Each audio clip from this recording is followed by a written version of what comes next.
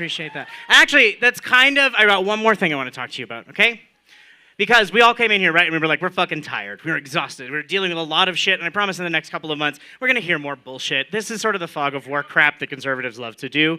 So we're just going to have to find a way in the middle of that to choose something slightly different. So what I want to talk about really briefly is the difference between, when we talk about political organizing, the difference between hope and faith. Right? So like hope by definition actually fundamentally means waiting for a savior. We hope for something to happen. We hope for change to happen. And hope is a fundamental part of the human spirit, right? It is what breeds creativity and gives us this opportunity. It allows us to dare to choose better. But faith, and faith is complicated, I know, for queer folks, because for lots of religious folks, faith is the thing they grabbed onto and were like, this is ours! You get the rainbow! Right? Whatever. They did not give us the rainbow. They're super mad about it. Super mad. We took the alphabet and the fucking rainbow, right? And it was like,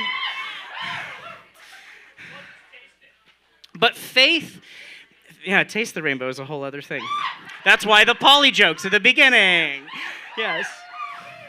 But faith is a whole other thing. Faith is a fundamental core understanding of what should be done. Right? And how things should be done. And there is something phenomenal when we choose to keep the faith in who we know ourselves to be. Right? Particularly for those of us that have had the opportunity to fight for our identities, right? To think fundamentally about what does it mean to discover our own gender identities and fight to live in that authentically? What does it mean to love and care for and build a future in a way that isn't about making apologies and not about making exceptions and not about waiting one more year to do the thing that you know is important, that is a fundamental part of your soul, right? Queer people understand that passion with a level of commitment that is phenomenal. It is the reason that we are the glue between social movements. There are queer people everywhere, and our understandings, our commitment to ourselves is our commitment to the world. So I want to tell you this with total earnestness and secular intent. Let's keep the faith of who we are at the forefront of everything we do in this fight, because that is the power that burns the engine that makes this possible. All right? So let's hope that forces beyond our control will maybe not be as bad. We'll see what happens in November.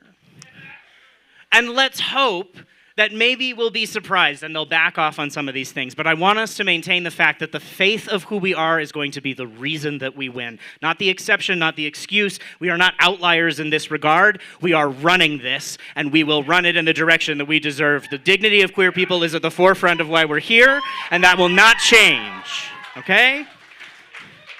Who you are is all the power you need to change the world. All right?